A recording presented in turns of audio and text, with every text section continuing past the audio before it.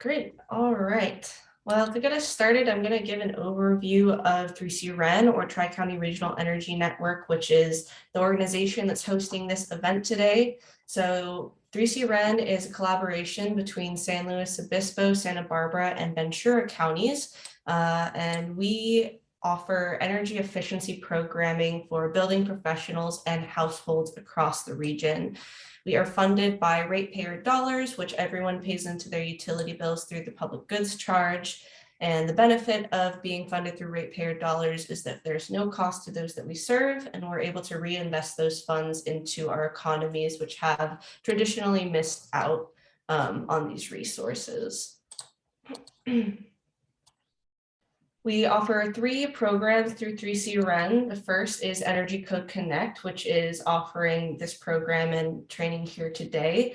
We also have an Energy Code Coach, which has a web form or call line for any live questions you might have about Title 24. And we also offer courses and regional forums, which I will give a broader overview at the end of our event today.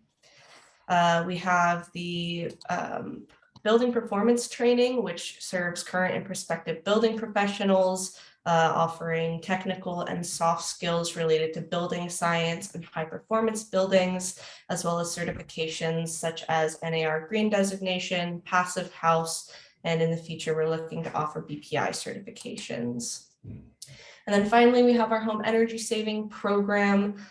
This serves multifamily and single family households across the region. If you work on multifamily properties, please feel free to reach out and connect with us, and we can coordinate on the resources that we have available. Or if you're a contractor working with single family homes, feel free to reach out to us about accessing our incentives for payment directly. And then I'm just briefly going to launch a poll so that I can get a good idea of who's joining us today and the level of familiarity that we have with this audience on Reach Codes. So if you want to just take a minute to answer these 2 questions, it'll help us with our post-event survey as well.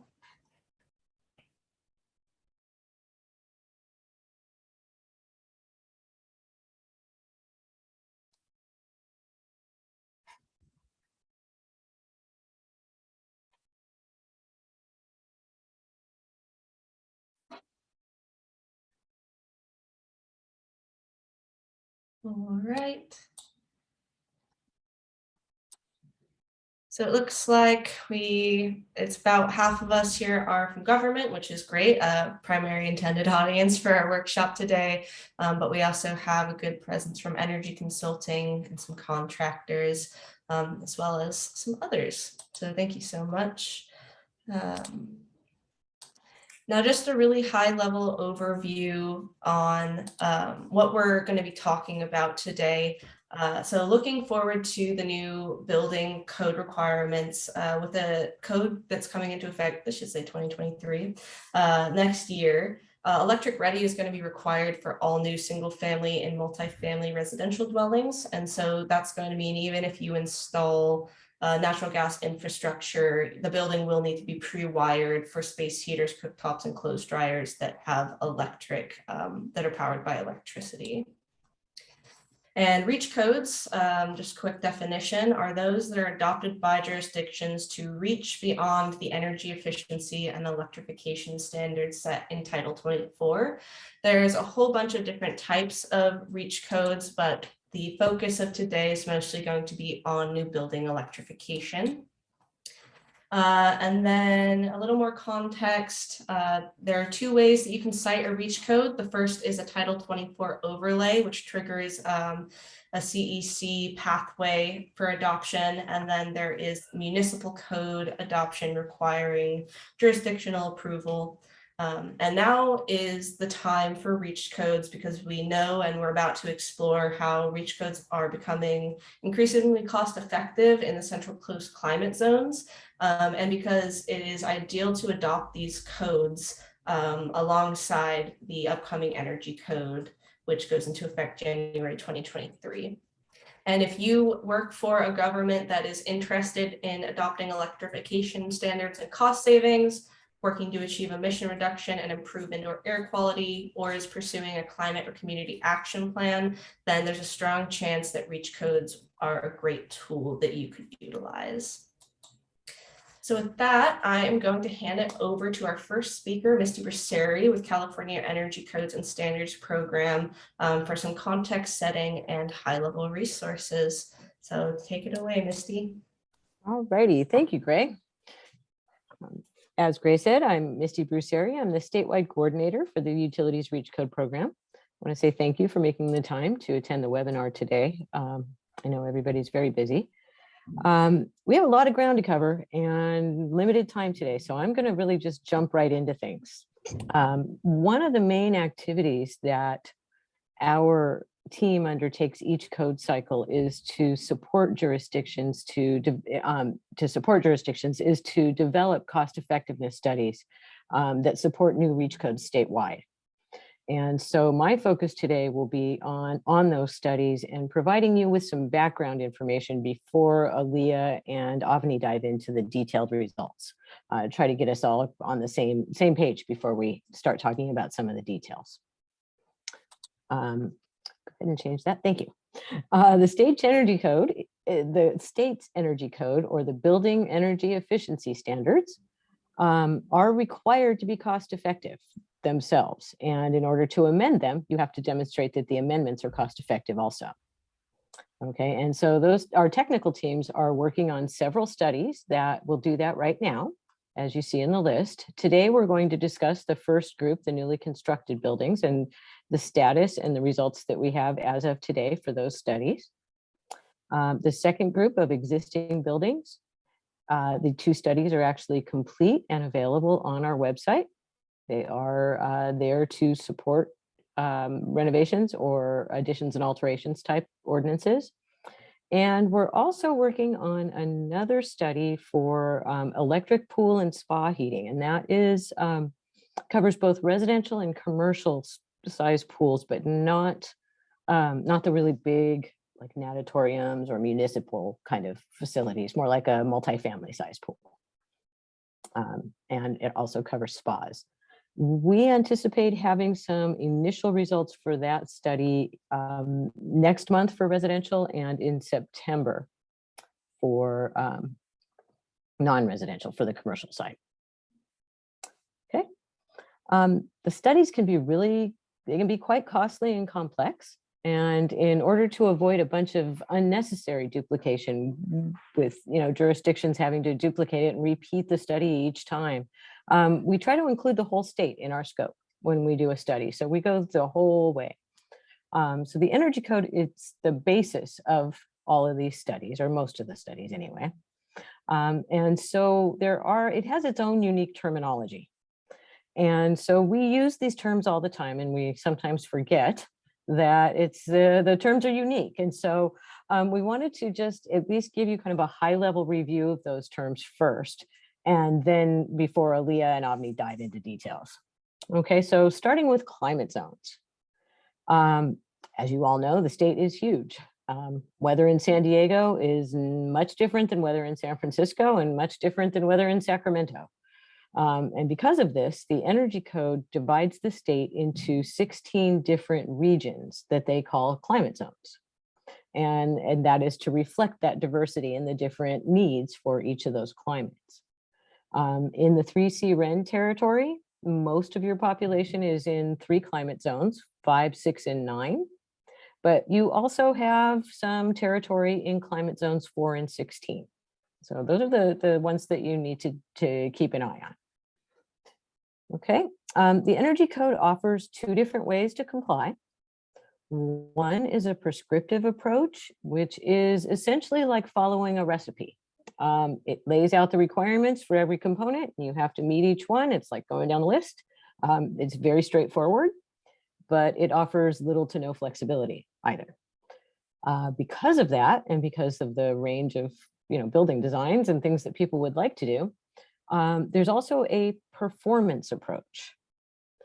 And that approach actually sets what we call an energy budget. And it works like every other budget, except the federal government's maybe. But the proposed project actually has to use less energy than the budget allows. Okay. This offers a lot more flexibility. It leaves all the decisions to the designer on how to meet that performance requirement. So if that designer wants to have, say, some extra windows because there's a particularly nice view, they can do that, but they have to make up for that extra energy use by doing something else. Okay, so it offers a lot more flexibility, and that's how most people choose to comply. Okay, the way that's documented is using compliance modeling software. And the CEC, the California Energy Commission, produces 2 versions of that software. It is the acronym stands for the California Building Efficiency, Conservation, and Compliance, I believe. Anyways, we call it CBEC. And there are 2 versions. There's CBEC, which is multifamily and non-residential buildings, and then CBEC Res, which covers single family and ADUs as well. Okay. So the software produces an hourly model of a whole year. So somebody sits there, they take all the information from a building, they enter it into the software, and it models that building and the performance over the entire year, every hour. When it's done, it compares that results of that model to a minimally compliant building, or what we often call a base case or baseline. That building is basically what would happen without a REACH code. It's the minimum state requirement. And the difference between the 2 of them is what we call a compliance margin. If you have a positive margin, that means the building complies, it's within budget, so it uses less energy than the minimum code requirements. Okay. The compliance results are, now we can get into a long discussion about this, so I'm going to keep this high level at a conceptual point right now. But the compliance results from both non-res, multifamily, and single family, all the different occupancy types are structured similarly, but the residential results actually are converted to a different metric called the energy design rating. Okay, and that metric is expressed in points. We often say you need a margin of 5 EDR points. Okay, for other types of buildings, we express that margin as a percentage. Basically, you need to beat the base case by 5% or 10% or something like that. And that's generally how it's expressed. Slight differences, but structurally similar. Okay, and lastly, time-dependent valuation. This one is a little bit tricky. It's a little bit different. TDV, as we often call it, has been the compliance metric for several code cycles now. It is actually a measure of the total cost to provide energy, including the externalities. And so with TDV, any energy savings or use during a peak time is valued more highly than energy savings or use during off-peak. This is the TDV metric varies as the cost to provide primarily electricity varies during the day and over the year. Natural gas varies as also, but not quite as frequently. Okay. In this cycle, the Energy Commission has added a new compliance metric, which is the source energy. The source energy is, in addition to the energy that is actually used at the site, the source energy takes into account the energy for generation and transmission to get that energy to the site in the first place. That metric actually tracks greenhouse gas emissions very closely. And so for compliance purpose, it actually serves as a proxy for those GHG emissions. And so we have 2 different metrics now in both single family and in multifamily and non-res. Okay, next slide.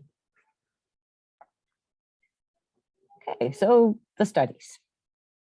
As I noted, the studies are generally based on the energy code. And we typically analyze the results using 2 different metrics. The first TDV, as I discussed, is that compliance metric and is a cost metric.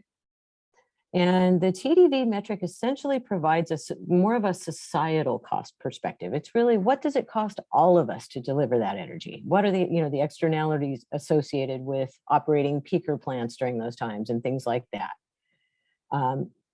So it really presents more of an overall perspective on the cost effectiveness. The second metric we use is we call it on bill. Pretty descriptive, I think. And in that analysis, we take the same results out of the software. We take those hourly results and apply those to a utility tariff and determine the impacts from an individual homeowner's perspective. So that actually looks at the actual utility bills and how much savings and what the cost will be. We work with the utilities to identify the most popular tariffs for different occupancy types, so that we try to select the most common ones. And we start with all of the investor-owned utilities in each climate zone. And then we also include results from both SMUD, the Sacramento Municipal Utility District, and CPAU, which is the City of Palo Alto Utilities. Both utilities have participated in, and cities have participated in REACH codes for many, many years and are a part of the group. And so they are included. For jurisdictions that have significantly different rates, we will do some custom analyses upon request. And we have, I think, about 10 of those going right now. Okay. Lastly, we present the results in two different ways.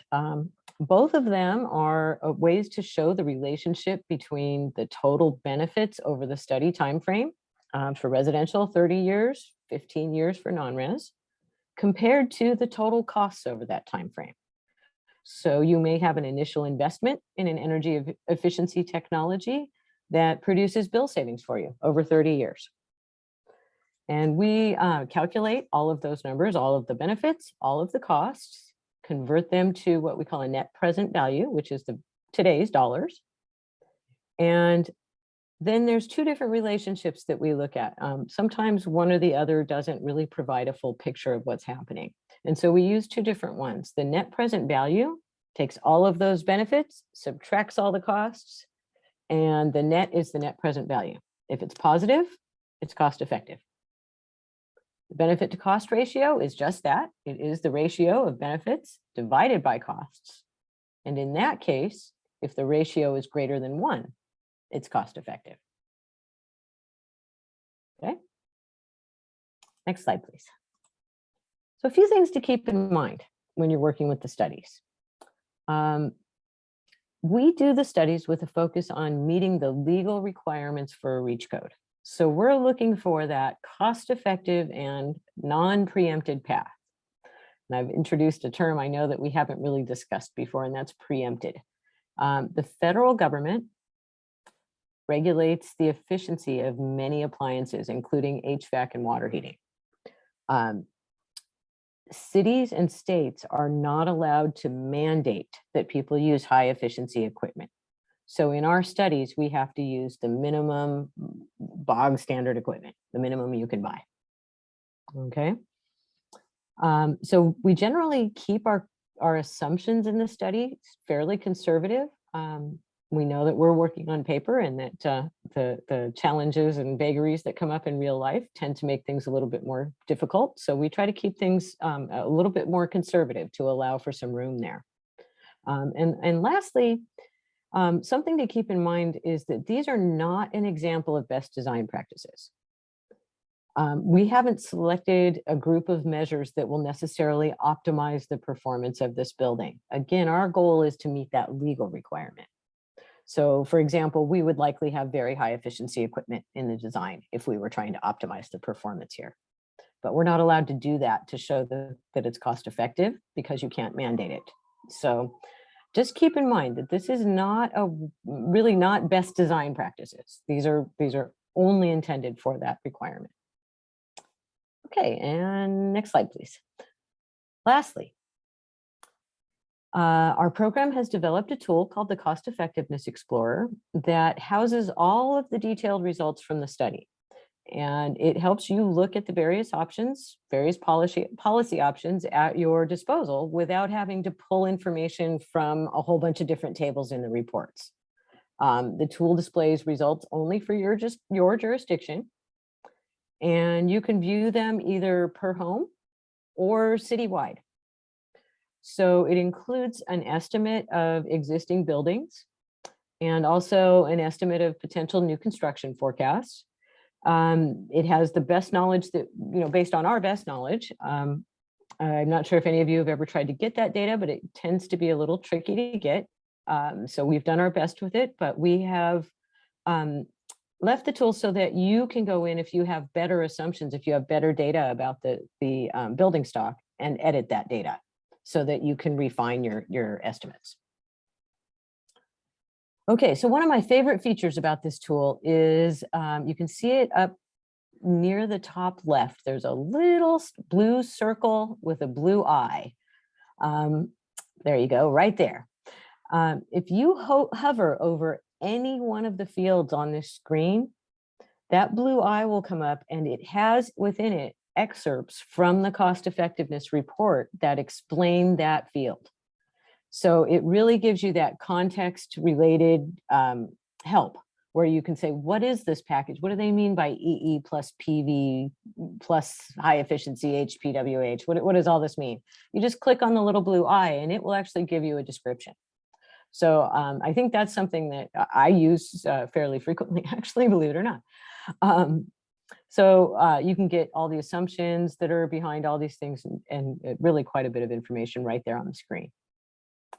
One of the other things is that you can sort and filter the results however you like, and edit a whole bunch of the assumptions behind the tool.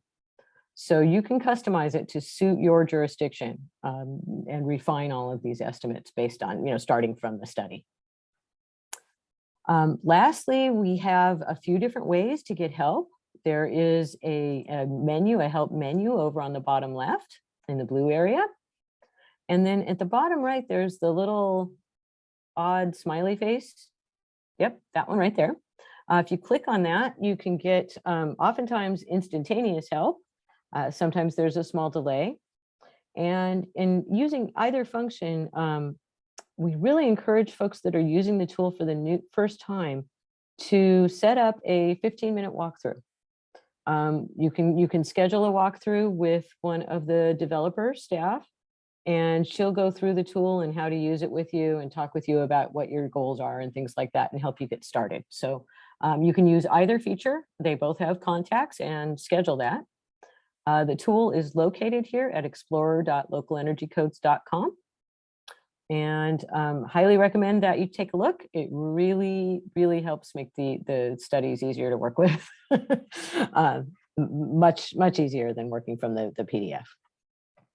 And with that, I will turn things over to Aaliyah to talk about res results. Thank you. Awesome. Thank you so much, Misty. And yes, as she said, we're just going to turn it right over to Aaliyah German.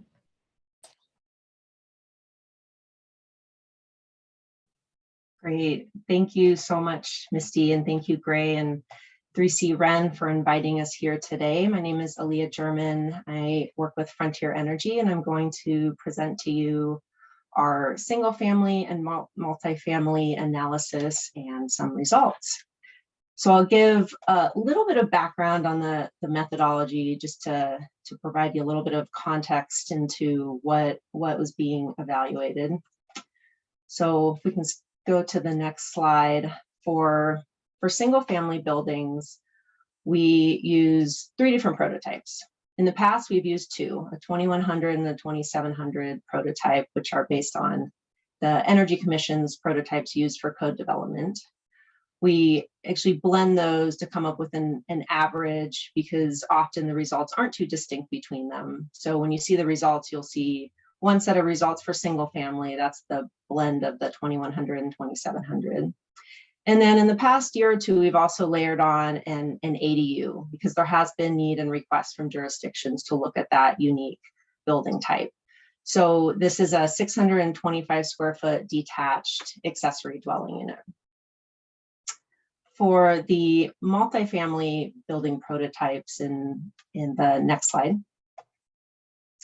that there was quite a bit of work in this code cycle that the Energy Commission did related to multifamily buildings, including combining all multifamily requirements, low rise and high rise, into a single set of chapters. So there's been a lot of changes and a lot of great work done related to multifamily. They also adopted 4 new multifamily prototypes, and 2 of those we are using in our analysis. There's a 3,600 unit, 3-story loaded corridor with common area support spaces, but no commercial. And then a 5-story, 88 unit mixed use where the first floor is a commercial retail space. They're both wood frame construction. We're looking at individual HVAC systems, but central water heating in both. And I do want to point out that as part of all of this multifamily activity recently, all of the modeling and code compliance has been combined into a single software, CBEC 2022. And the software is actively being developed, more so than the single family analysis results that use CBEC Res. So these results are more preliminary than the single family results, and there will be, we do expect more changes moving forward with updates to the software. Next slide. So all of our work is starting with the 2022 prescriptive requirements as the baseline. And there's a lot that goes into that, but I just wanted to point out a couple of things. One is that prescriptively, there is now at least 1 heat pump in almost all residential buildings. For single family, this is serving water heating in most cases. In some climate zones, it's a heat pump space heater. For multifamily, there is heat pump space heating in all climates except for climate zones 1 and 16. On the water heating side, there is not yet a heat pump baseline. So our analysis is based on a gas central water heater with a prescriptive solar thermal system as the prescriptive baseline. So as a result, the multifamily electrification analysis is really focusing on electrification of water heating. And another change is that we have PV, prescriptive requirements, in almost all building types and all residential buildings. So before in our current code, we have it for single family and low-rise multifamily. Now we also have it for high-rise multifamily. We also have a prescriptive battery requirement in multifamily buildings that are 4 stories and greater. Next slide. So this summarizes the full suite of packages that we have developed or are working on for these prototypes. We're just going to present a subset of them here today, with the focus being on the prescriptive all-electric, the all-electric efficiency and PV, and then the mixed fuel efficiency PV and battery. And where we say PV here, because there is PV in the prescriptive case, this is looking at a package that increases that PV capacity beyond what is required minimally. Okay, next slide. Actually, you can jump ahead 2 slides, 1 more slide to the next, yeah. So we're going to jump right into the results, and starting with single family. I know that there's a lot of information on this slide, and we really only have time to give you a little bit of a teaser and to introduce you to what kind of our key results are. But I just want to let you know that we're all available to answer your questions, after this presentation or later on as you start digging into this and come up with questions, as I'm sure you will. So let me just introduce you to kind of what we're looking at in these results slides. We have results for 4 of the climate zones that are covered in your 3C REN territory. Climate zone 5 in the top left, climate zone 6 in the top right, and Atascadero in climate zone 4, bottom left, and then climate zone 9, bottom right. We know you also have some coverage of climate zone 16, and we did not get those results pulled in here, but of course we do have results for climate zone 16, and we're happy to share them with you. These results are showing net present value, as Misty explained what that is and how we're calculating it. So a net present value that's greater than 0 in these graphs is showing something that's cost effective. If it's less than 0, those are results that have been found not to be cost effective. And this is over a 30-year analysis period for residential buildings. Also, these results are separated out for on-bill and TDB, those two different cost effectiveness metrics that we look at that Misty explained. And in climate zone 5, I'll point out that we have more series on that graph, and that's because some of that territory gas service is covered by PG&E, and in other portions it's covered by SoCalGas. So we've looked at each of those scenarios distinctly. So looking at the results, let's start with all electric, which is the middle case in each of these four graphs. And in all cases across all these climate zones, and all electric code compliant building is cost effective based on the TDB metric. Let's see, climate zone 5 and 4, it was not cost effective based on bill. It was just found to be cost effective in climate zone 6 and 9 on bill. And the big difference between those results really has to do with, there's so many different assumptions in TDB that incorporate so many other things other than utility costs and cost to the consumer. On the utility side, in most cases, there is a higher cost of going to all electric based on today's tariffs.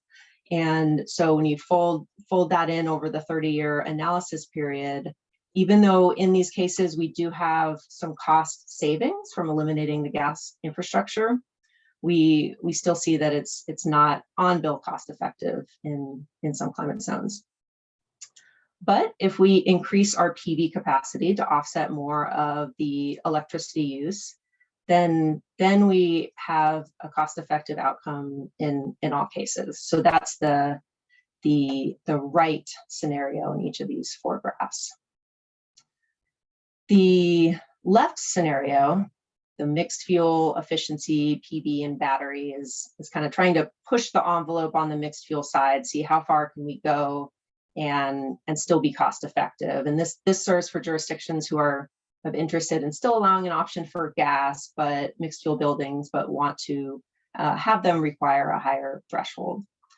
So in each climate zone, this package is cost effective based on TDB, although just barely. It is not cost effective based on bill. And what is really driving these results is the high cost of battery. It does provide benefit, and there are savings there, but today's cost of batteries are still high. All right, next slide, please. So these are the results for the ADU, and they are fairly similar to single family. I'll point out a couple of differences. One is that on the all electric side, in climate zones 5 and 6, there were one or two efficiency measures that we did add to the packages to get them to be code compliant. So it wasn't as much a concern about cost effectiveness, but switching all of the appliances to all electric in those climate zones for the smaller home was just slightly below compliance without a couple additional efficiency measures. But it's still cost effective based on TDB, and it's cost effective on bill after adding that additional PV capacity. On the mixed fuel side, the battery case was not cost effective anywhere. So what we're showing here is a slightly scaled down package. So it's efficiency and additional PV capacity, but no battery. So this package is cost effective in all of these climate zones, at least under one of the metrics, with the exception of climate zone 4. We are working on looking at other package solutions in climate zone 4 for that case. Next slide. So summarizing things up for single family and ADUs, this table here presents efficiency EDR2 margins that are based on TDV that we found from our analysis from the packages that we're showing results for. And the green cells indicate packages that are cost effective under both TDV and on-bill, and the yellow indicates packages cost effective under just one of those. So we found cost-effective packages for all these scenarios in almost all cases. On the all-electric side for single family, what we found is that there is an opportunity to require a little bit of efficiency beyond code minimum, because an all-electric home that meets all of the prescriptive code requirements actually gets a little bit of credit in the 2022 code. For ADUs or small homes, we found that's a little more challenging, and so you can see that the EDR margins for the single family AE code minimum are higher than the ADU AE code minimum.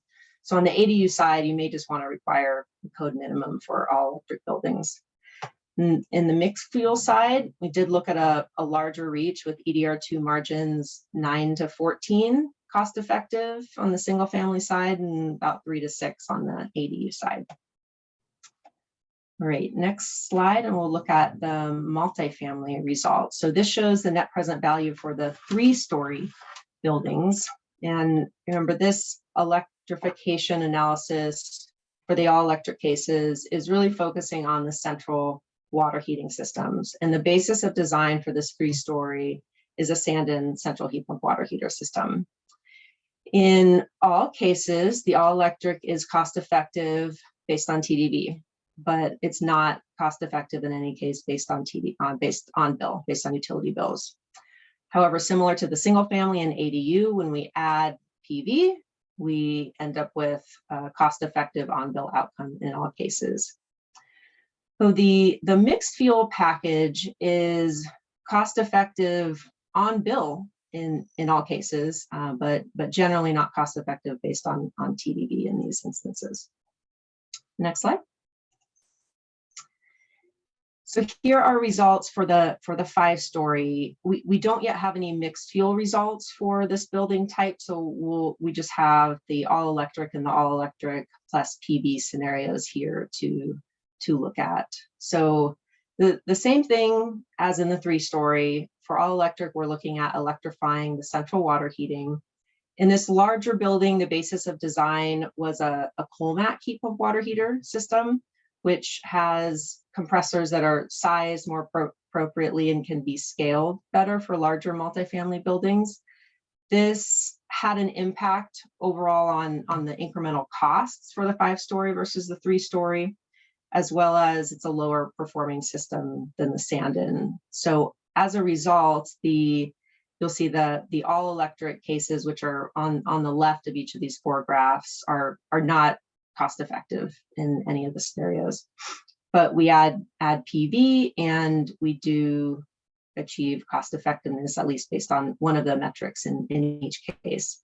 So we are looking at these results more closely and evaluating if there are other appropriate design strategies that maybe could be applied to larger multifamily buildings that might improve cost effectiveness. So next slide. In summary, we did find that electrification of central water heating with central heat pump water heaters is cost effective in some cases. It's more challenging in others. So that's kind of a primary piece that we're going to be looking into moving forward. But all electric buildings are compliant with the 2022 code, and in some cases actually get a credit when just applying the prescriptive requirements. Adding PV improves on-bill cost effectiveness, although I will note that this is based on today's NEM 2 tariff. So as that changes in the future, we will need to reevaluate how PV looks from a on-bill cost effectiveness perspective. And for mixed fuel packages, we're seeing about 10% source energy savings are being achieved cost effectively with the packages we looked at. Okay, next slide. Great. I'll just wrap up with a couple next steps on the single family and ADU analysis. Our report will be out soon, and it does include additional packages that I mentioned in one of the slides previously. So there's a whole bunch of additional results there. It also includes some results using care rates, and what we've been looking at today are using standard utility tariffs.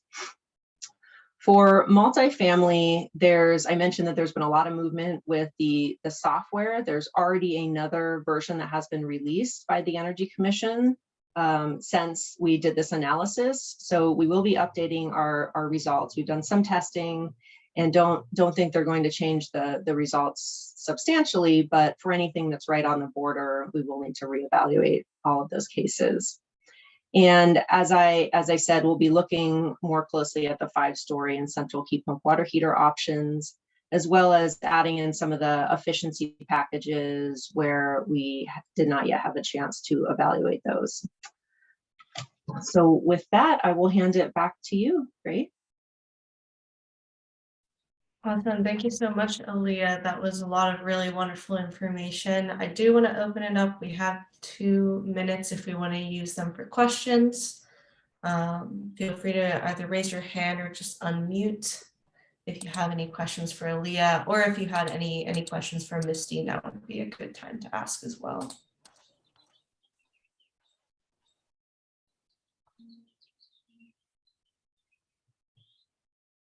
Okay, well, thankfully, they've both given us great ways to get in contact and ask any follow-up questions we might have later.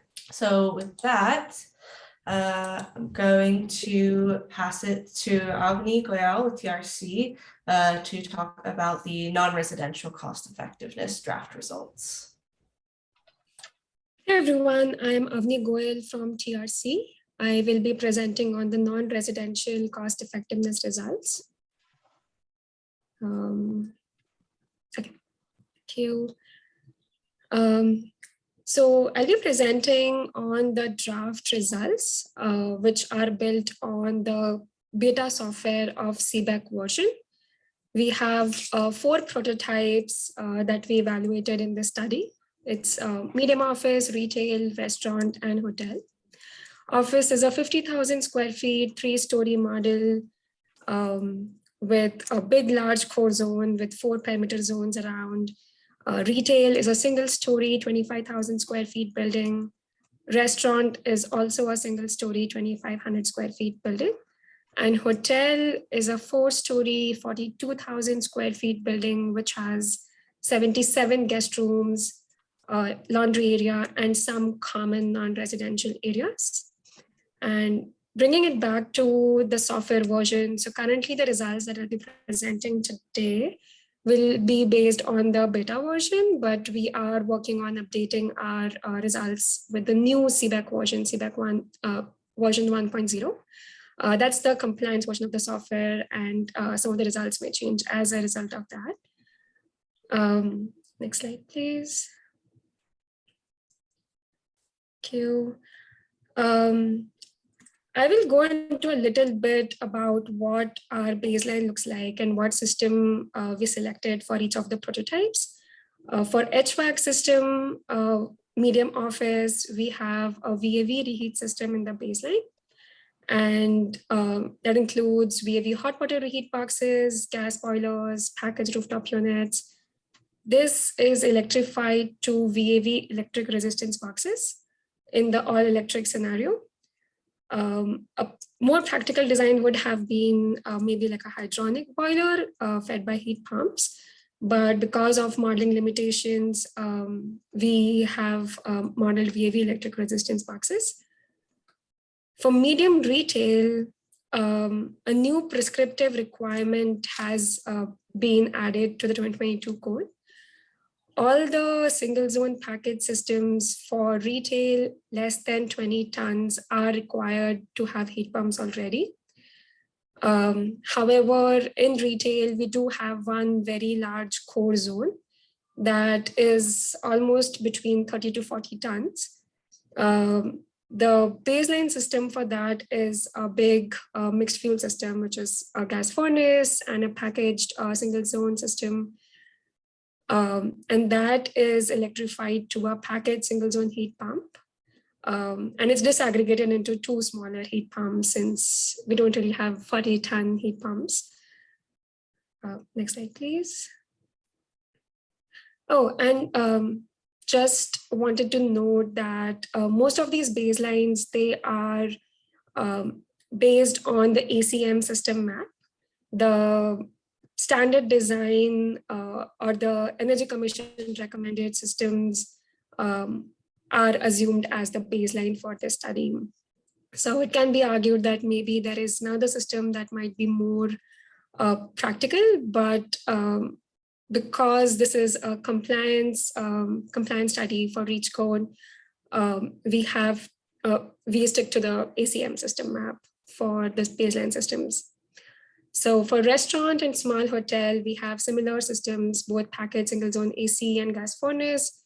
Both of them are converted to single zone heat pumps. For non-residential areas of small hotel, we have a similar system to medium office, which is a hot water reheat system in the baseline and VAV electric resistance boxes in the all electric scenario. Moving on to the water heating system. For medium office and retail, we have very limited water heating use. So there is no water heating electrification considered here. We assume electric resistance point of use water heaters in both baseline and proposed. So there is no incremental difference. For restaurant and small hotel, however, we do evaluate electrification to heat pump water heaters. For quick service restaurant, it is primarily the kitchen zone. So we assume a gas storage water heater in the baseline and a unitary heat pump water heater in the all electric scenario. Small hotel has 2 main hot water uses. One is guest rooms, where there is shower and hot water usage, whereas there is an on-site laundry room in the model as well, where we have a gas storage water heater in the baseline and electrified to split heat pump water heater. The guest rooms have a central heat pump single pass system. And this is a new capability. Like the previous version of this study done for 2019 code, we assumed clustered heat pump water heaters because the software did not have the capability to model central heat pump water heaters. But in this go around, we are able to model them and show more accurate, more real world results. Okay, so before going into the results, I just want to give a quick summary of what are the different packages that we evaluated. We have 5 different packages, 5 different models for each of the prototypes. For medium office, we have all 5, which is a code minimum efficiency baseline. That's the mixed fuel baseline, which matches the energy budget for 2022 code. So that's our baseline for all the packages. And then the efficiency package with mixed fuel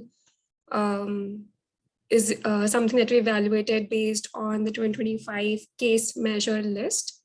It includes a bunch of energy efficiency measures like envelope, lighting, HVAC controls, DSW distribution. And the list of these measures, they vary by prototype.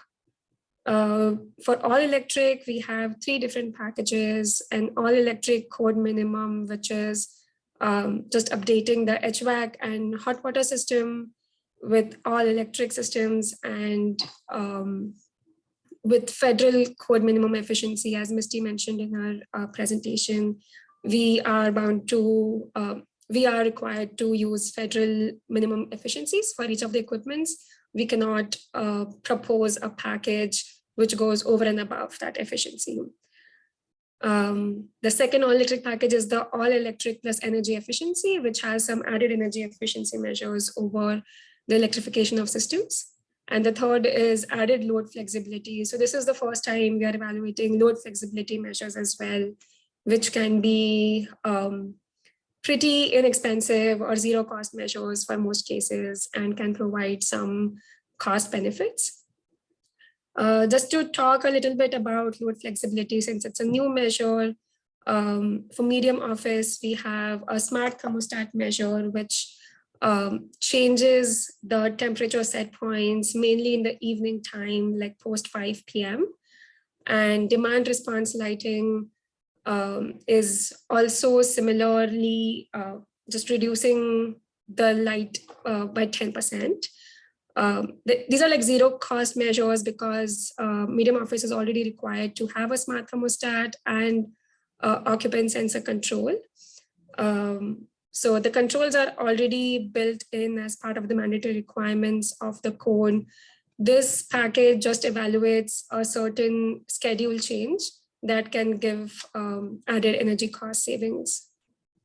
For restaurant, we have a load flexibility measure for heat pump water heater, where we shift the load from high peak evening times to low peak afternoon times by adding more storage and preheating those tanks to be used for evening use. Okay, we can dive into the results now. These are draft cost effectiveness results over a life cycle of 15 years. Unlike residential, so residential is typically a 30-year lifetime, whereas non-residential is a 15-year lifetime. Diving into the results for medium office, I just want to reiterate the climate zones as Alia mentioned. So we have climate zones 4, 5, 6, and 9, and some parts of 16 as well, spanning across the Tri-County area. Based on these results, we have a mixed fuel plus energy efficiency package to be cost effective in all the climate zones. So that's like a win-win measure. All electric itself, by just changing the HVAC system, because there is no water heating electrification in office, just updating the HVAC to be all electric, we get a cost-effective package in SCE territories, climate zone 6 and 9. It's almost cost-effective in PG&E territory, but with added energy efficiency measures, it does become cost-effective in climate zone 4, PG&E territory. Climate zone 5, which is mainly San Luis Obispo, is trickier to be cost-effective in many cases. However, with load flexibility measure, we've seen considerable savings. And for both PG&E and SCG territory, we have seen a cost-effective package in climate zone 5. And just to clarify, when I say PG&E, it's both electricity and gas served by PG&E, and SCG is where electricity is still PG&E, but has SoCal Gas as the gas utility. Next slide. Thank you. For medium retail, similarly, we have mixed fuel plus energy efficiency package being cost effective in all the climate zones. Retail, because there is very low incremental cost between packaged mixed fuel systems and packaged heat pumps, we see cost-effective all-electric packages throughout all the climate zones, and it's enhanced by adding some energy efficiency measures. So with just all-electric itself, we do see cost effectiveness, but they just barely make it. But with energy efficiency measures, they are pretty cost-effective. And just another note, these numbers here, it's NPV dollar per feet square, which is the net present value. So accounting for all the added incremental costs and energy cost savings by reducing the gas usage, we get a net value of net benefits, and this is converted to a dollar amount. So an on-bill dollar per feet square means this is the net dollar savings you can see on your on-bill over a 15-year lifespan. Next slide, please. For quick service restaurant, this is a toughie because we do not have many all-electric packages that is cost effective. However, the mixed fuel plus energy efficiency is still cost effective here as well. The all electric, just to note that restaurant does have a high cooking load, but we are not considering cooking electrification as part of the scope because of the high added incremental cost. So this analysis just assumes electrification of HVAC and water heating. And even with added energy efficiency and load flexibility measures, it's not very cost effective. We do see slight cost effectiveness in climate zone 5 with added efficiency package, but no cost effectiveness in other climate zones. And just lastly on restaurant, since there is still some mixed fuel cooking in the all electric scenario, the results, I would say, are more conservative because the cost savings associated with the gas infrastructure does not apply. Since we still have like a main lateral meters going to the cooking appliance. And lastly, we have small hotel. Small hotel results are pretty consistent across the different all electric packages. So it's cost effective with just energy efficiency measures and mixed fuel scenario. Whereas for all electric, it is cost effective with all electric itself and with added efficiency and load flexibility. It enhances the cost effectiveness, but on-bill cost effectiveness is still not achieved yet. We do plan to add some additional PV and battery added controls to make on-bill cost effective in our next iteration. But the current analysis, which is just electrification and energy efficiency, we see TDV cost effectiveness across all climate zones, but not on-bill. And just to reiterate my previous point here from the prototypes, this includes the laundry electrification as well. In the previous studies, we have generally just included guest rooms, but this includes laundry and electrification of water heating system in the laundry room as well. Last slide, please. And these are the final conclusions. So from the results, we can see that there is a high potential of policy adoption for mixed fuel plus efficiency measures and or all electric options as well, especially with added measures. Electrification alone is challenging to be cost effective in many scenarios. And the added efficiency measures either help raise the bar or help change the trend to be cost effective. There are fewer energy efficiency measures in this list as compared to 2019 because of the state code improvements. So there are some efficiency measures that are already part of the state code.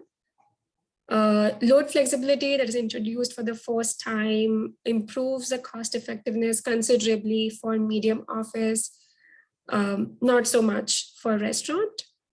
TDV metric is generally more often cost effective than on bill. Many building types and climate zones can cost effectively construct all electric, and for small hotel where we have seen some gaps, we do plan to add some packages with solar PV to bring that to be cost effective, hopefully. Restaurant all electric cooking is not yet cost effective, and even for HVAC and water heating, we don't have a cost effective package yet. For the next steps, if you can go to the next slide. So we will be working on improving the on-bill cost effectiveness for some of these packages, and we will be reporting the compliance metrics. So we have 3 compliance metrics this go around.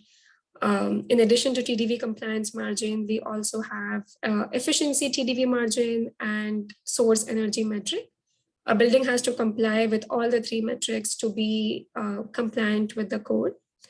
The current software, since it is not completely updated in terms of compliance metrics, we do not have the compliance numbers yet. But just looking at the TDV savings, if it is TDV savings or TDV cost effective, that implies it would be code compliant. The next iteration will include these compliance metrics and the cost effectiveness results based on the new software. Thank you. And this is my contact. Please feel free to contact me for any further questions. And I can, depending on the time, I can take some questions right now as well. Yeah, we do have a few minutes if there are any questions right now on the non-res cost effectiveness. And you can feel free to unmute or put it in the chat.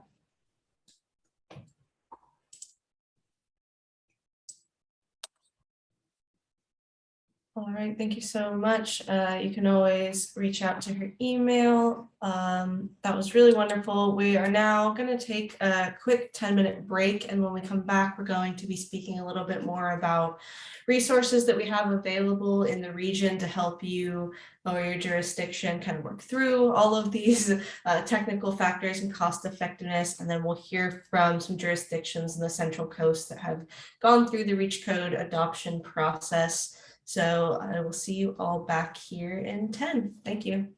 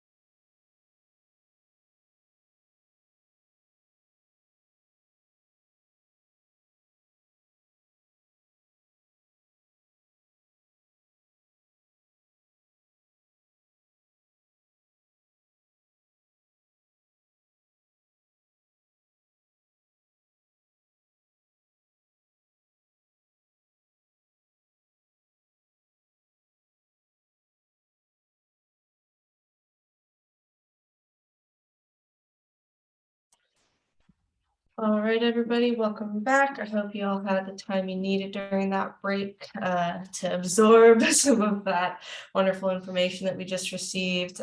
Take a bio break, whatever it is that you needed. So just jumping back in, Jay, are you back and ready? Yes, and if you could give me a thumbs up if my microphone's working correctly now. It's a little bit choppy. Okay. How about now? That sounds better. Okay. All right, take it away. Okay. Well, thank you, Gray. My name is Jay Madden. I'm from Southern California Edison, and I'm with our Building Energy Codes and Standards group. And so I work to provide technical support for REACH codes. And so for the purposes of this presentation, though, I represent not just SCE, but I have counterparts with PG&E and San Diego Gas and Electric. So we work together as a statewide team to provide technical assistance for REACH codes. So go to the next slide. So there's a lot of greenhouse gas goals that are out there in the state, and I'm not going to really go through many of them. You probably know most of them. The bigger ones are reducing greenhouse gases to 80% below 1990 levels by 2050. And that's being done a lot through California Air Resources Board, the California Energy Commission, and the CPUC, the Public Utilities Commission. And so there are several state legislation and executive orders that we're working with. And if you go to the next slide, within the different utilities, we have our own corporate goals that align with that. So, for example, Southern California Edison is trying to be carbon neutral by 2045, and PG&E has similar goals. SMUD and San Diego Gas and Electric have those goals. So I provide the links to these goals, but basically we're trying to get to a point where the electricity that's generated is all carbon free. Building electrification, which is what we're talking about here, and then transportation electrification. So electric vehicles and larger vehicles. So you go to the next slide.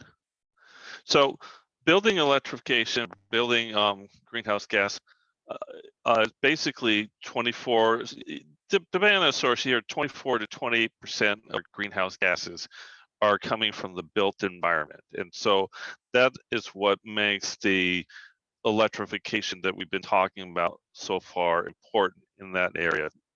Obviously, a lot of the greenhouse gases comes from transportation, but if your city or jurisdiction has climate action plans to reduce greenhouse gases, it's probably going to be coming from the buildings and the light duty vehicles or automobiles. So that's why the built environment is important to meeting these goals. Go to the next slide. So, and this is a very short presentation, so you feel free to ask any questions. What kind of resources do we provide? And I think I missed a slide that I got to at the last minute, so I'll just talk through it.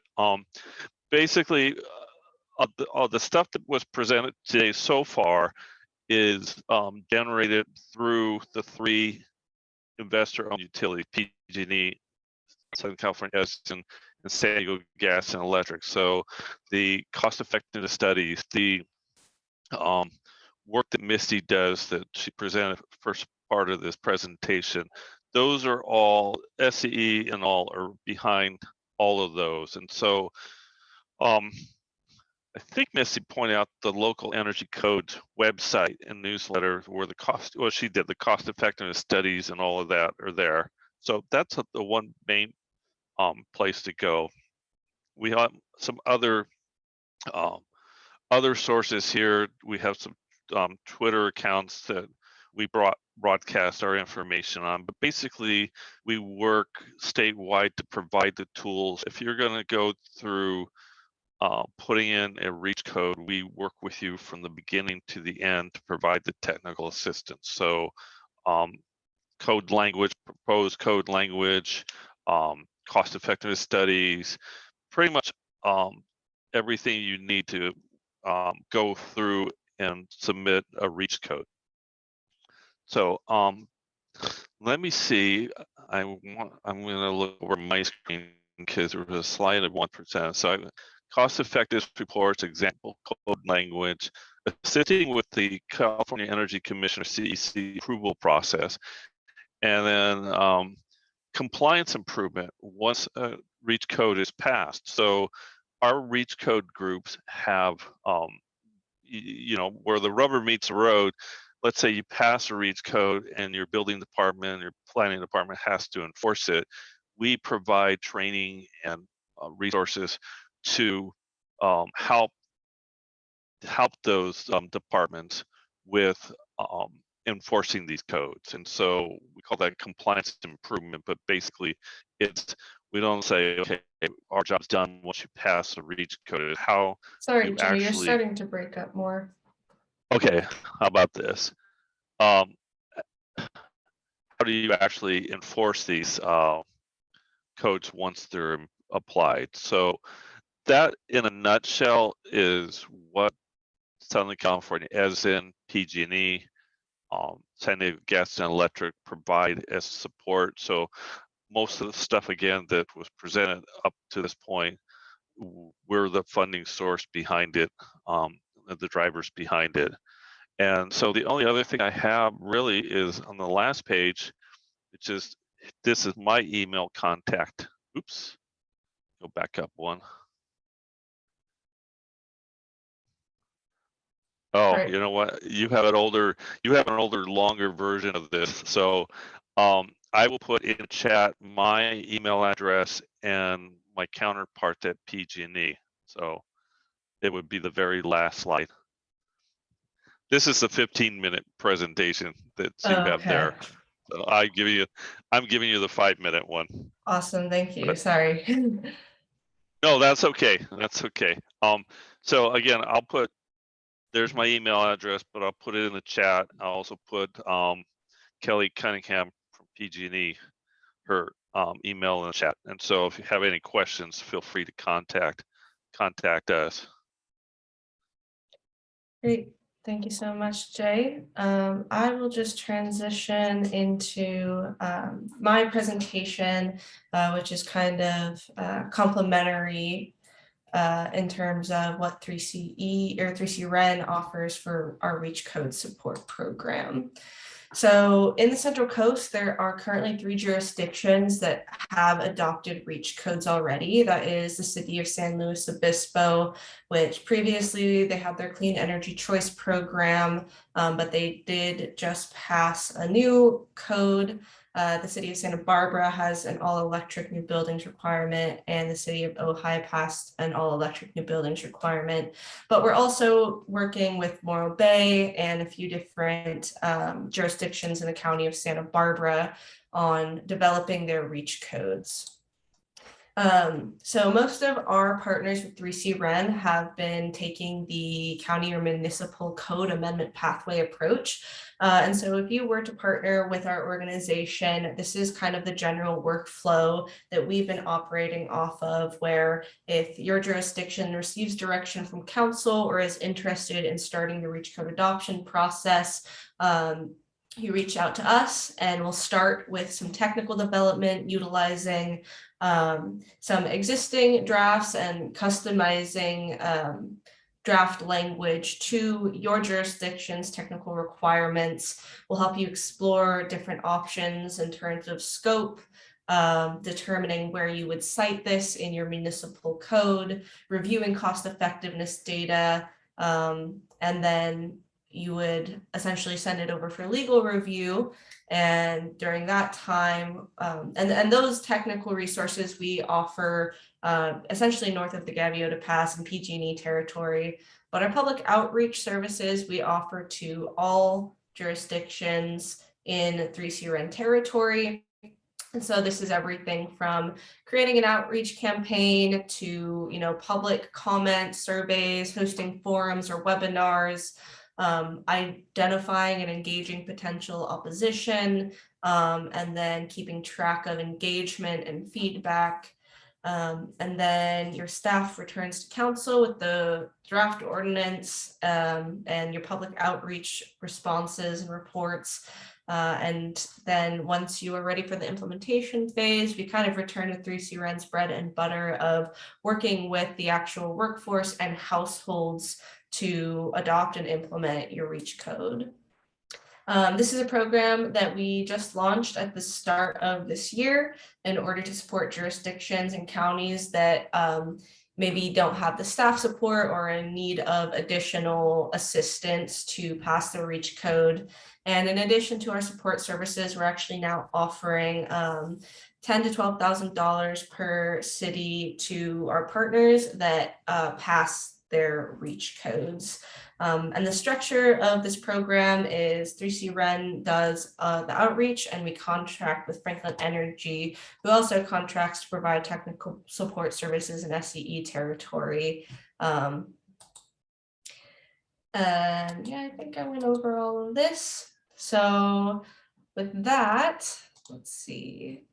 Yep, no questions in the chat. I am going to start transitioning us to our jurisdiction presentations. This is going to be a great opportunity to learn about jurisdictions that have already passed REACH codes and what their process is like. So I'll start by passing it over to Christian Hoffland with the City of Santa Barbara. Thank you.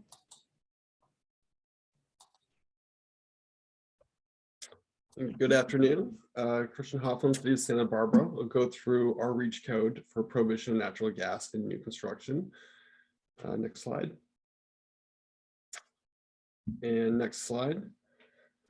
I'll go over some of the background of the code, some of the opposition we face, how we define some of the scope and exemptions, and then some of the strategies we use for implementation. Next slide. So we do have a carbon neutrality goal in our city by 2035, 10 years faster than the state. About 25% of emissions are from buildings within the state. Next slide. Ours are significantly higher. Our emissions from buildings is closer to 40% from our buildings because we lack a lot of the heavy industry and agriculture in the city. Next slide. Next slide. Okay, keep going through this one. And then we did also pass our own community choice aggregation where we opted electricity customers into 100% carbon-free electricity, which makes the GHG and emissions impact of electrifying and reducing fossil fuel usage that much more impactful. Next slide. So timeline, about a year and a half ago, our council gave us direction to develop a REACH code. It was passed by council almost exactly a year ago and then took effect January 1st, 2022. We did have a little snafu there with understanding that our building department was actually shut down during the holiday. And so the last time people could submit was actually December 22nd. And then there was some discussion around projects that were already in planning. Planning process can take quite a bit of time. There's some projects that were already within planning, but had not yet submitted for building permit. Those projects would have to abide by this ordinance if they had not submitted a full building permit by that time. Next slide.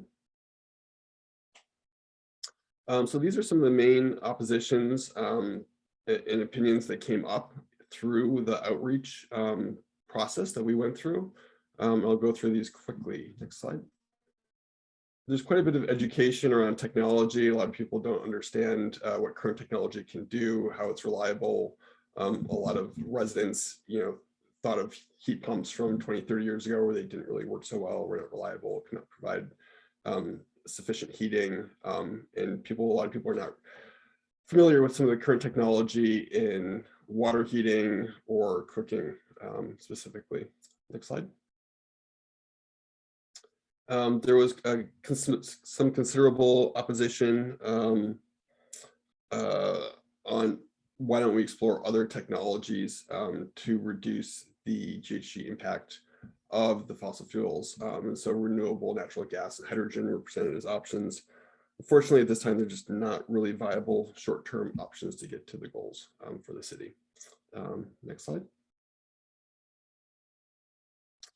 And then there was a lot of opposition towards the not understanding the cost effectiveness and the additional costs that this might incur. A lot of people thought it would be very expensive. In fact, a large portion of the incremental cost of some of the equipment is offset by the cost savings of not having to install natural gas infrastructure in new construction.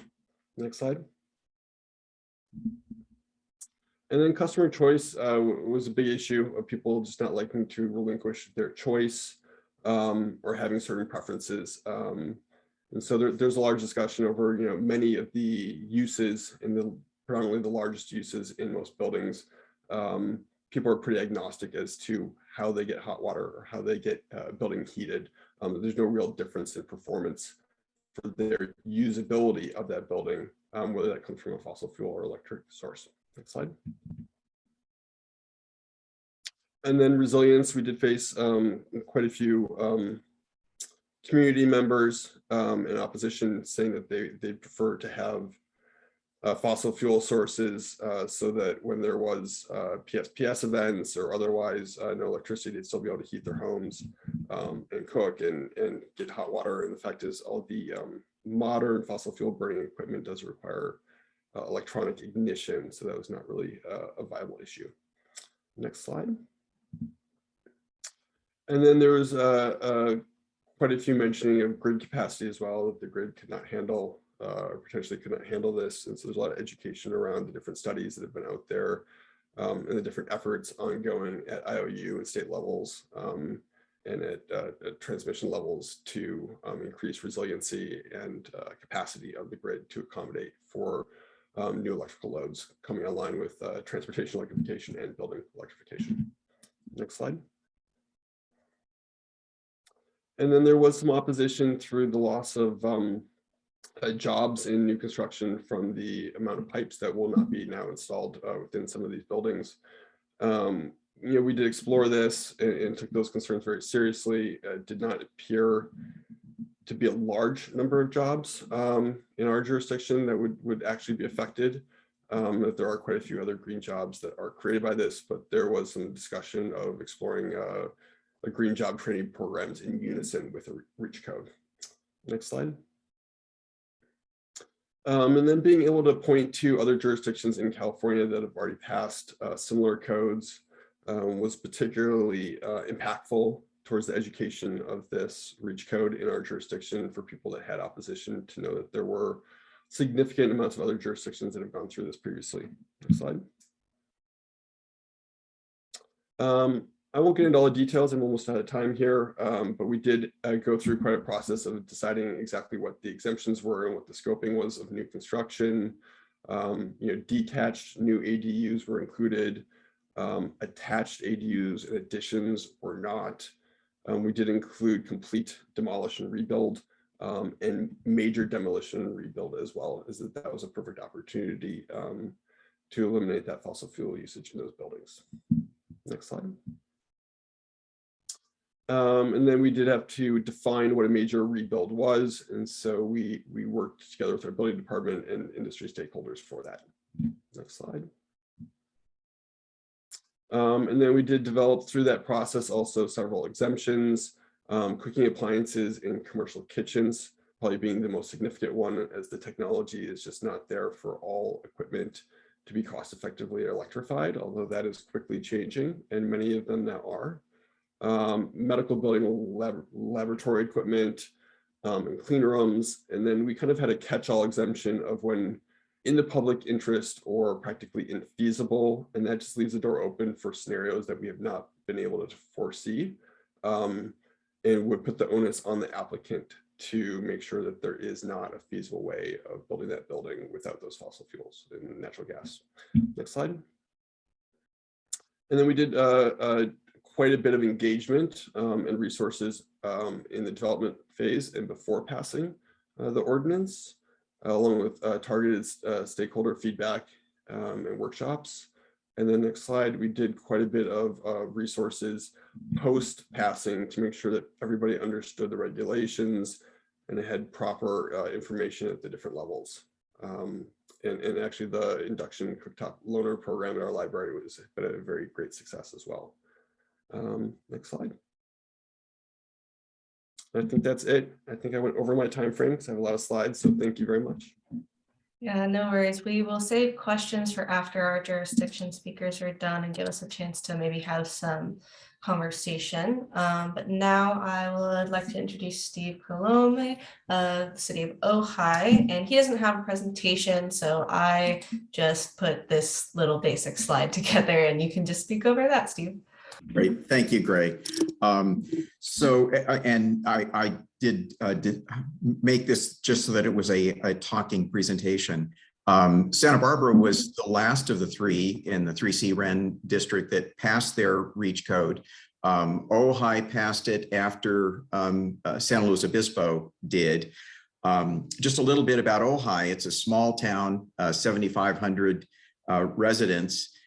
We were the first city in Ventura County to declare their climate emergency.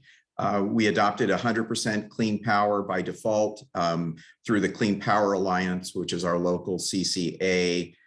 We converted the entire public works department to battery electric maintenance equipment with a grant from the Ventura County Air Pollution Control District.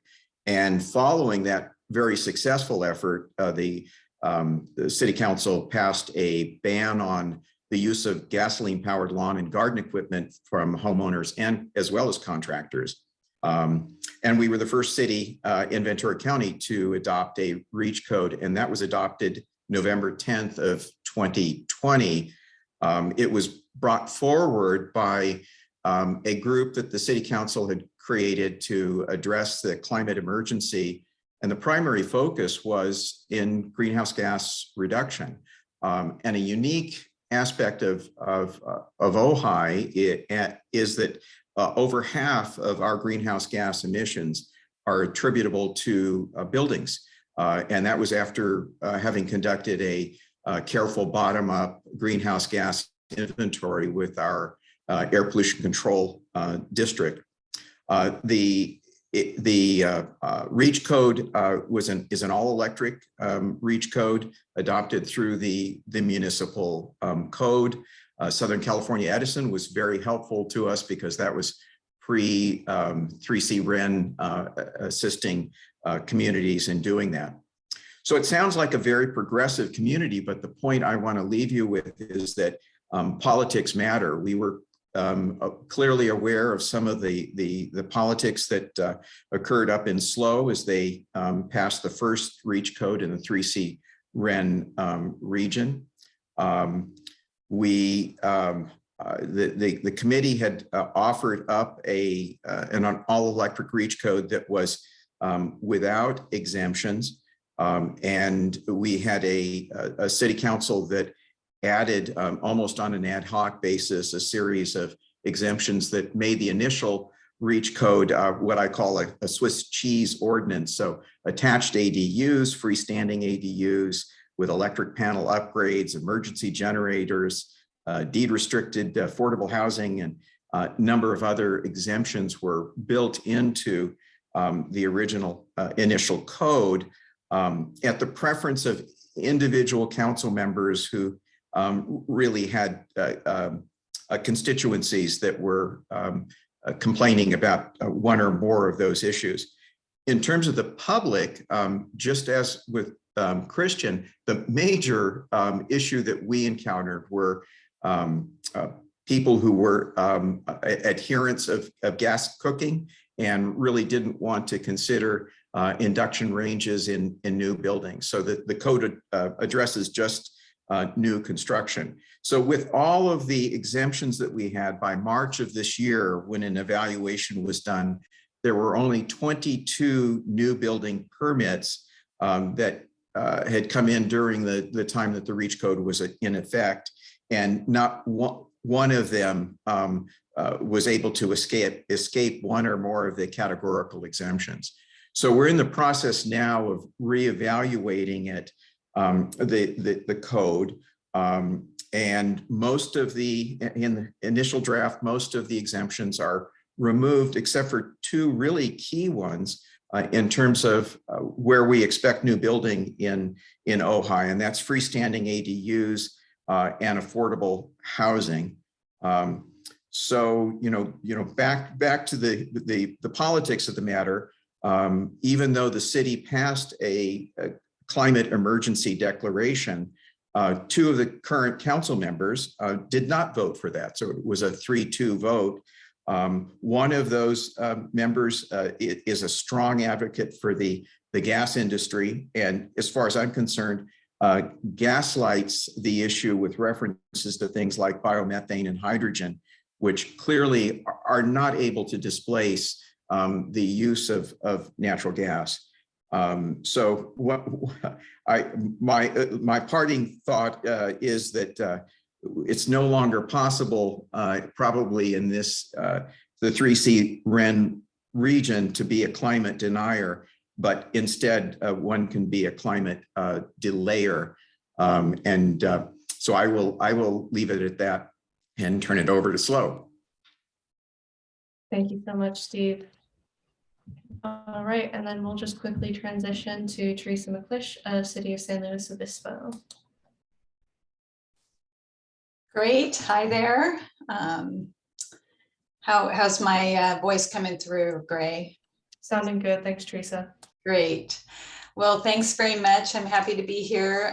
Teresa McClish. I'm the Housing Policy and Programs Manager for SLO. I'm standing in today for Chris Reed, who's a project lead for our Clean Energy Program for new buildings. And as you've mentioned, the city has an existing program, a REACH code that gives a choice, encouraging electric new buildings. But just last week, we've completed an update of the program that now requires new buildings to be all electric starting in January 2023. Next slide. And so I'll just go ahead and kind of tell our story in my few minutes and talk about our existing policies and programs, highlights of what we've learned through program implementation and what happened last week. Next slide. Starting with current programs, next slide. So again, it starts with the policy framework. It's really important. The community has prioritized climate action as a major city goal for the last 6 years. And in 2020, the City Council approved our climate action plan for community recovery and adopted a resolution, which includes the goal of carbon neutrality by 2035 and includes a building sector goal of zero operational greenhouse gas emissions from new buildings by 2020. So what we had to do right away was adopt a REACH code, which we did in 2020, requiring that mixed fuel buildings be substantially higher performing than all electric buildings and requiring solar installations on non-residential buildings. We included incentives, including funding for technical assistance, help desk for builders, and our staff, frankly, to successfully process permits, and advocacy with Central Coast Community Energy and external partners for additional financial incentives. And we included an ordinance that provides, in our zoning code, that provided some limited term regulatory flexibility, and that expires all at the end of this year. Next slide. So how did we approach this new update? Next slide. We looked at the program performance. Staff analyzed over a year permit data and found that all types of buildings were being permitted they're all electric. So tract housing, ADUs, multifamily, mixed use buildings, and affordable housing. But only about half of the permits submitted over that period were all electric. So the choice was there and only half are choosing all electric. This was not going to be sufficient to accomplish the citywide objective for greenhouse gas reductions. So that propelled us forward. But we did notice that local incentives were being used and were useful and continually being asked for going forward. Next slide. We looked at statewide trends. I think this was covered earlier in various sessions. Many other cities, trend is certainly there, adopting various types of reach codes or bans. We are, looking at the 2022 building and energy code implications for transitioning to all electric buildings, the state budgets, all electric incentives, and the draft 2022 scoping plan centering electrification in the state's climate action work program. And, the writing is certainly on the wall. We wanted to make sure we had alignment and opportunity to make sure that we are able to make consistent those programs with our own local housing and climate goals. And also, finally, the continued emergent body of literature documenting the public health and safety risks associated with natural gas infrastructure, including climate change impacts, seismic impacts, and indoor air quality. And so we brought all of that forward as well. Next slide. So we went to City Council for our study session, as Gray noted, an important first step, and we told the community and our council of what we've learned, and we received direction to proceed forward, making sure that our new clean energy program update included, was consistent with our climate action plan, adopted policy and statewide trends. That there had been certainly a focus on new buildings, and we've received a lot of comments about existing buildings. We do have a program for that, but we did separate them out, and that we would consider resilience considerations. You just heard this from Santa Barbara. And that it was well supported with outreach. Next slide. So what happened last week? Well, City Council, next slide, introduced an ordinance that included a shift from a choice-based program to one requiring that new buildings be all electric. A shift also from implementing strictly through a REACH code to requiring that all electric new buildings were mandated through our health and safety chapter of our municipal code. So that this particular update is not tied to the energy code, and it does not need to be approved by the California Energy Commission, and we don't have to make those cost-effective findings. However, very, very important that they're well considered and described in our program. So we also included a list of reasonable exemptions. This came loud and clear through outreach. And so we did include some of those I'll go over in a second. And that we continued our regulatory flexibility and our zoning ordinance for another 3 years, just providing that, some tracks and projects are already designed, maybe some high density housing developments, needing to place some the mechanical equipment. There's not a whole lot of room, just a little bit of flexibility for that going forward. Next slide. So those technical exemptions, well, we had a couple that we foresee continuing on, and those are backup power for critical infrastructure, consideration of process loads and newly constructed manufacturing and industrial facilities. And then we had some limited term exemptions just for the next few years. That's the commercial kitchen equipment and newly constructed eating and drinking establishments, water heating and space heating and attached ADUs, and swimming pools that are provided as a public amenity. And we also included our public interest exemption covering, the unforeseen. Next slide. And it was very important to our council that we give some latitude for these really projects that balance a lot of things. And so we did extend that regulatory flexibility. It's only, very limited, applied in very limited circumstances. We didn't even use it in the last couple of years with our REACH code. We have it in there. However, it gives a comfort level for folks out there, knowing that they have an opportunity to, if they really run into an obstacle, to be able to have a process that they can go through and resolve that. We did add parking requirements to that. So if it's a choice between a transformer and a parking spot, you can have the transformer. And we do make sure that we put a limited term on that. Other incentives, technical assistance still there, help desk still there.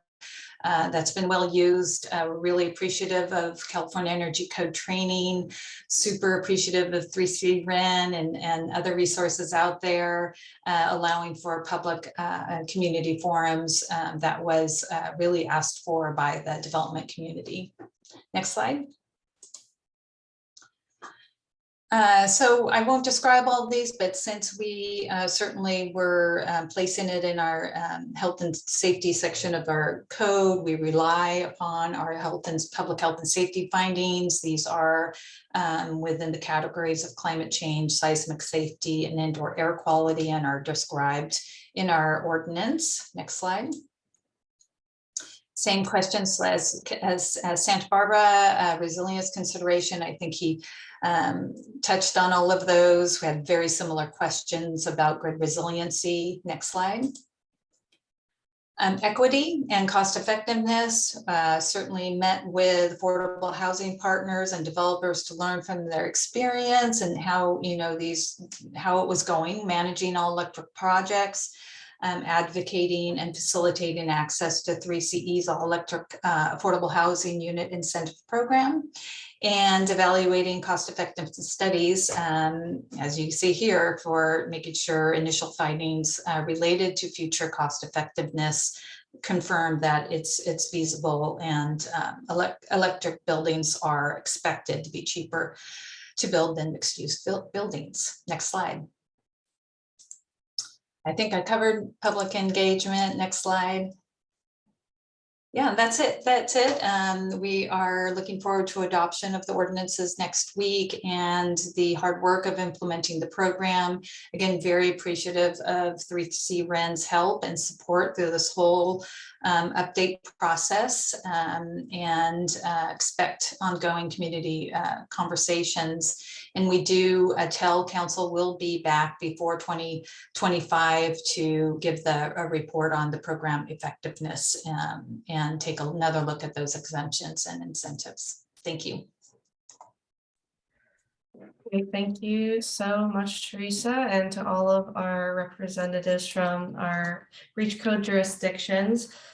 So for the kind of closing portion of this workshop, I wanted to open it up to a kind of roundtable style. This can be pretty informal, but I know that we have a number of members on the call now that are with jurisdictions interested in pursuing REACH codes. So if there are questions, you all have really great resources here, people experienced with the development of REACH codes that can answer them. I did just list some conversation prompts if you want to get started, but I'll give people a second to ask some questions before I ask some of my own.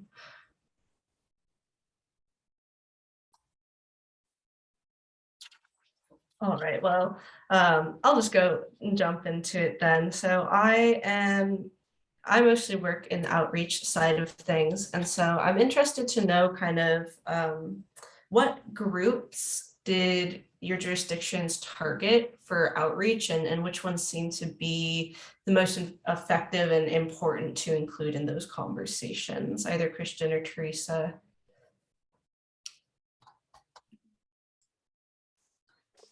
Well, San Luis, we talked to whoever we could talk to, whoever would talk to us.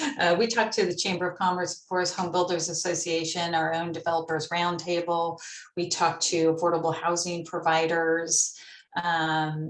Let's see, I'm trying to, this was really spearheaded through our Office of Sustainability Division, which, frankly, was really key to driving some of these programs. And, other folks from other departments were able to support, like myself. So I don't know the gamut, but certainly utility companies we talked to. It was really helpful, I think, to have approved or have an adopted REACH code, be able to look at the performance, be able to hear from people for a couple of years, and then to go ahead and update that program. Yeah, and I'll add that we did a lot of similar targeted outreach and general outreach. We want to make sure anybody that wanted to provide input and feedback had an opportunity to do so. But specifically, we targeted AIA and some of the building industry groups, and specifically on the back end to really provide resources to them. It's kind of a different set of resources than your average homeowner or citizen, with maybe more in-depth, kind of in the weeds resources. So I think there is a place for everyone to be involved in that process and to provide feedback, and I think that's really important that everybody has a voice. Steve, did you have anything to contribute? Yeah, I think our process was a little bit different. As a small city, we don't have a sustainability office. We don't have a climate action plan in place. So most of the outreach was conducted by city council members to their constituents. And so the greatest input that we had were from electricians, people in the building trades, and then a few homeowners and residents who, as I said, were primarily concerned with potential loss of gas cooking. So it wasn't as extensive an outreach effort in our part. And listening to what Christian and Teresa have said, as we finalize a revision to our REACH code, I would really like to get our city manager involved and communicating with both of your organizations, because we could really benefit tremendously from your experience. That's great. One more outreach related question. In your kind of outreach process, did you feel that there were specific approaches that received more responses or feedback? Thinking about like a webinar versus like a survey or like something in person. Just curious. Well, let's see. We did a webinar. We did a survey. We had our conversations. I think you just have to throw all tools out there, all tools to get to folks, especially with a lot of work done virtually still. It just, we got different perspectives from different aspects of the community, utilizing different tools. So I wouldn't say one over the other. I would say use them all. Yeah, I would echo that. And we had done a lot of our outreach during COVID restrictions, so we didn't have any in-person per se events, but webinars directed at the realtor sector or the architect sector, really targeted towards that with education and feedback, I think combined was really important. Same with our sustainability council and council meetings, different people find different avenues to give feedback and just giving them that opportunity, but also using that as an opportunity to educate as well, I think is really important. Surprise, diverse options yield diverse results. Love that. All right, great. Are there any other questions from the audience at this time?